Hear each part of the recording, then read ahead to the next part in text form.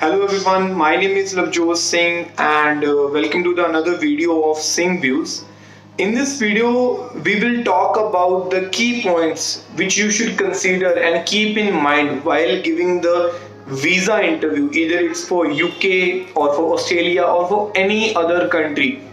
उस पॉइंट्स की हमें बात करेंगे हम इस वीडियो में, जो पॉइंट्स हम अपने वीजा इंटरव्यू के दौरान दिमाग में रख सकते हैं, जो हमें हेल्प करेगा वीजा इंटरव्यू क्लियर करने में. So without wasting any time, let's start the video.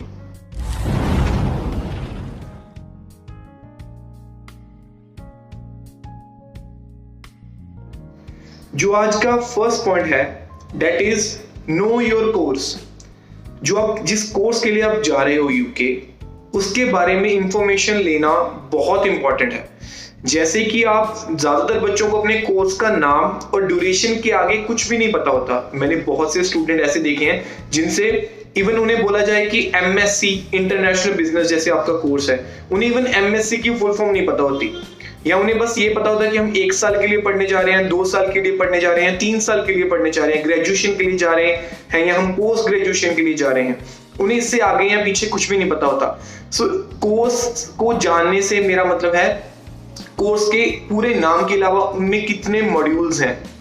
Modules के अलावा उन मॉड्यूल्स की इलेबोरेशन बहुत जरूरी है. जैसे आप किसी पोस्ट ग्रेजुएशन के कोर्स के लिए जा रहे हो यूके, सो उस पोस्ट ग्रेजुएशन के कोर्स में आपको पता होना चाहिए कि कौन कौन से मॉड्यूल की क्या क्या इलेबोरेशन है, उस मॉड्यूल का मीनिंग क्या है. चाहे उस मॉड्यूल का एक बेसिक मीनिंग ढूंढ लो, आपको गूगल पे या इवन आजकल यूनिवर्सिटी की वेबसाइट्स पे आपको वो मिल जाएगा.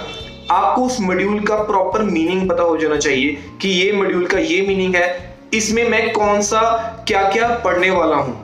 ये चीजें जानना बहुत जरूरी है. So this is the first point. आप अपने कोर्स को जानिए कि वो कोर्स की क्या फीस है, वो कितने टाइम में खत्म होगा, कौन से टाइम पे कौन सा मॉड्यूल पढ़ाया जाएगा, और उस मॉड्यूल की क्रेडिट वैल्यू क्या है. आपको अपनी क्रेडिट वैल्यू वेबसाइट पे ही मिल जाएगी. यूनिवर्सिटी की वेबसाइट जब आप विजिट करोगे तो आपको क्रेडिट वैल्यू मिल जाएगी. दे कैन आस्क यू, जो हाई कमीशन से इंटरव्यू आएगी, they can ask you what is the credit value of your course. You should know the credit value of your course. And one more thing, the level of your course, कि आपका level 6 है या level 7 है, वो आपको पता होना जाना चाहिए कि आपका कोर्स का लेवल क्या है. जो सेकंड पॉइंट है आज का की पॉइंट, दैट इज रेलेवेंस. मिलती जुलती चीजें, कि आप जिस कोर्स के लिए जा रहे हो, यूके जा रहे हो या ऑस्ट्रेलिया जा रहे हो, is that course relevant to your previous study. वो कोर्स मिलता है कि आपकी प्रीवियस स्टडी से, या आपने किसी को एजेंट को हायर किया, उन्होंने ये बता दिया कि हाँ ये कोर्स से वीजा आ जाएगा तो बस मुझे ये कोर्स के लिए जाना चाहिए, या आपने सच में उस चीज के लिए रिसर्च की है. देखो, Google is for everything these days. Google के बाद आपके आते हैं ट्यूटर, जो इंटरव्यू प्रिपरेटर्स होते हैं. आप उनकी भी हेल्प ले सकते हो, गूगल की भी हेल्प ले सकते हो. जैसे आपने बीए की है और आप एमएससी के लिए जा रहे हो, तो आपको पता होना चाहिए कि बीए को मैंने एमएससी से कैसे उसके साथ रेलेवेंट दिखाना है, ताकि ऐसा ना हो कि उनको पता लगे कि बच्चा हायर एजुकेशन के लिए जा तो रहा है but he doesn't have the basic knowledge of that course and how that course is relevant to your previous study. Even आप +2 के बाद जब आप जाते हो, आप सीनियर सेकेंडरी के बाद जब जाते हो, that you should also know कि मेरी जो पहले वाली स्टडी है, जो आगे की ग्रेजुएशन या पोस्ट ग्रेजुएशन है, उसके साथ वो चीज रेलेवेंट है या नहीं. इससे क्या होगा, जब आप रेलेवेंसी को प्रूव कर दोगे तो रेलेवेंसी प्रूव करने से आपके वीजा के चांसेस बहुत ज्यादा बढ़ जाएंगे. So take the help of Google, take help of interview preparators or the tutors and know the relevancy of these courses related to your previous studies. The third point is locations. Location से मेरा मतलब है university location सिर्फ की बात नहीं कर रहा मैं. आपको यूनिवर्सिटी की लोकेशन तो पता ही होना चाहिए, और ये भी पता होना चाहिए कि उस यूनिवर्सिटी के कितने कैंपस हैं. अभी बहुत सी यूनिवर्सिटी हैं जिनके 2 से 3 कैंपस हैं, और कुछ ऐसी यूनिवर्सिटीज भी हैं जिनके 8 से 9 कैंपस हैं. आई एम नॉट सेइंग कि आप एक कैंपस का प्रॉपर एड्रेस याद करो. एड्रेस आप उसी का याद करो जिस यूनिवर्सिटी, जिस कैंपस में आप खुद जा रहे हो, but at least you should know कि उस यूनिवर्सिटी के कितने कैंपस हैं. अगर आपको पता होंगे तो हाई कमीशन में जो बंदा इंटरव्यू आपकी ले रहा होगा, उन्हें पता चलेगा कि यस स्टूडेंट ने सच में इस चीज के बारे में रिसर्च की है, उन्हें पता है कि कितने कितने कैंपस हैं, बच्चा कौन से कैंपस में जा रहा है, और वो लंदन में है कैंपस या आउटसाइड लंदन है। और आपको पता होना चाहिए, that is also from Google, कि आपको पता होना चाहिए कि वो पर्टिकुलर यूनिवर्सिटी या पर्टिकुलर लोकेशन लंदन से कितनी दूर है, क्योंकि London is a major city, London is like a trade capital and the capital of UK. So आपको पता होना चाहिए कि एग्जैक्ट लोकेशन, और एग्जैक्ट लोकेशन लंदन से कितनी दूर है।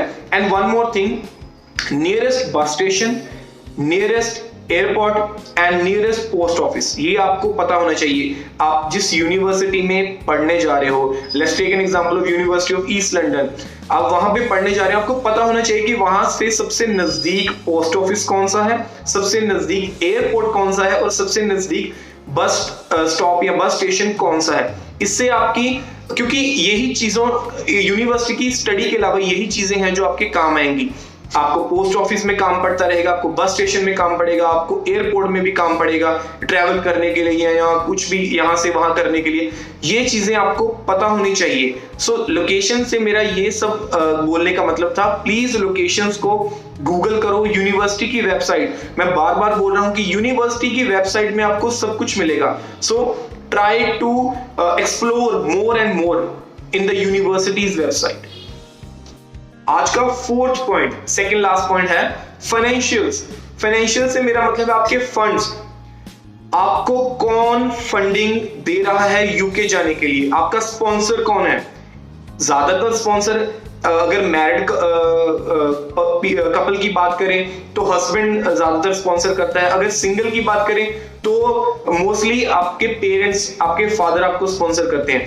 बहुत लोगों को पता होता है कि yes my father is sponsoring me. Why is he sponsoring you? Why he is spending almost double money on your UK or Australian education, where you can get that education in India in half the price? आपके ऊपर double खर्चा कर रहे हैं आपके father या आपके mother, आपके पेरेंट्स आप पे यूके में क्यों इन्वेस्ट कर रहे हैं, ये आपको पता होना चाहिए। और आपको पता होना चाहिए कि आपके फादर ने, जो आपको स्पॉन्सर कर रहा है, फादर या कोई भी, आपके स्पॉन्सर ने वो जो आपके फंड्स हैं या आपकी 10 से 15 लाख फीस है, वो कहां से इकट्ठी की है, आपको ये चीज पता होनी चाहिए। अभी आप बोल दोगे मैंने कितने फंड्स शो किए हैं, 18 लाख शो किए हैं, 12 लाख मेरी फीस है, सो इट मेक्स 30 लाख। आपके 30 लाख आपके फादर ने कहां से शो किए हैं। ओके, आप बता दोगे कि हाँ मेरे पास 10 एकड़ जमीन है, I have 15 acres of land, मेरे पास इतने 10-15 है, बट वो लैंड कैसे जनरेट कर रहे हैं पैसों को, आप लीज पे देते हो, आप हार्वेस्ट करते हो, आपको पता होना चाहिए कि आपकी वो लैंड पैसों को कैसे जनरेट कर रहे हैं। आप अपना आंसर जस्टिफाई करो कि हाँ जी मेरे फादर मेरे लिए सेविंग्स कर रहे थे, ये मेरा शेयर ऑफ मनी है जो मेरे फादर मुझ पे इन्वेस्ट कर रहे हैं, अब ये शेयर का मेरे पे है, मैं उसका क्या जो मर्जी करूं, मैं वही अपनी फॉरेन एजुकेशन में इन्वेस्ट कर रहा हूं। सो ये चीजें आपको पता होनी चाहिए। आज का जो लास्ट पॉइंट है दैट इज अकोमोडेशन। बहुत से बच्चों को अकोमोडेशन का आइडिया भी नहीं होता। अभी ज्यादातर बच्चे कैसे होते हैं कि मैं अपने किसी रिश्तेदार के पास, अपने किसी दोस्त के पास रहने जाऊंगा, वो चीज ठीक है, बट उनको अपने दोस्त का, रिश्तेदार का एड्रेस तक नहीं पता होता। सो आई सजेस्ट अकोमोडेशन में मैं अपनी डिस्क्रिप्शन में 2 वेबसाइट्स का लिंक डालूंगा जहां से आप अकोमोडेशन को बुक कर सकते हैं, इवन उनके ऑफिशियल्स के साथ बात भी कर सकते हैं। इवन आप सिंगल हो या आप कपल हो, वहां पे आपको इजी अकोमोडेशंस आपके नियर टू योर यूनिवर्सिटी आप बुक कर सकते हैं। अकोमोडेशन का क्या है, आप उनके साथ कन्वर्सेशन कीजिए। अकोमोडेशन में कन्वर्सेशन करना बहुत जरूरी है। आपको पता होना चाहिए कि आपकी यूनिवर्सिटी से आपकी अकोमोडेशन कितनी दूर है, वो आपको कौन सा रूम दे रहे हैं, रेस्ट रूम या किचन उसके साथ अटैच्ड है या नहीं। आप इस वेबसाइट पे जाके वो चीज आप फाइंड कर सकते हैं। आपको पता होना चाहिए क्योंकि वो आपसे क्वेश्चन पूछेंगे where will you stay in UK और where will you stay in Australia. तो आपको पता होना चाहिए कि मैं, क्योंकि आजकल क्या है, फॉर द 14 डेज 2 वीक्स आपको आइसोलेशन पीरियड, जो क्वारंटीन का समय है, आपको 14 डेज अपने खुद को क्वारंटीन करके रखना पड़ेगा। सो आपको पता होना चाहिए कि आप कौन सी जगह पे जाके खुद को क्वारंटीन कर रहे हो। इवन आप अपने फ्रेंड के पास जा रहे हो, रिलेटिव के पास जा रहे हो, एंड सबसे बेस्ट है कि आप अपनी अकोमोडेशन खुद बुक करो। उससे यूनिवर्सिटी या एम्बेसी को ये पता चलता है कि that the student is aware of such things. He knows how to book accommodations, and he knows many things about the UK and all other things about the university. उन्हें ये चीज एक पॉजिटिव आपका पॉइंट ऊपर आएगा कि बच्चों को सच में ये बच्चे को नॉलेज है इस चीज की. सो ये 5 पॉइंट ऐसे थे जो मैंने आपके साथ डिस्कस किए हैं, जो आपको की पॉइंट्स आपको याद रखने हैं आपकी इंटरव्यू, क्योंकि आज के टाइम पे इंटरव्यू यूके ने या ऑस्ट्रेलिया ने ऑलमोस्ट कंपलसरी कर दिया है. हर सेकंड स्टूडेंट की इंटरव्यू आ रही है हाई कमीशन से. For the personal sessions I will be adding my mail ID and my Instagram ID in the description. उस मेल आईडी पे आप मुझे मैसेज कर सकते हो या मुझे इंस्टाग्राम में डीएम कर सकते हो, वो पर्सनल सेशंस के लिए, जहां पे मैं आपको पूरी क्वेश्चंस की तैयारी करवाऊंगा जो आपको क्वेश्चंस कहीं से भी मिलते हैं.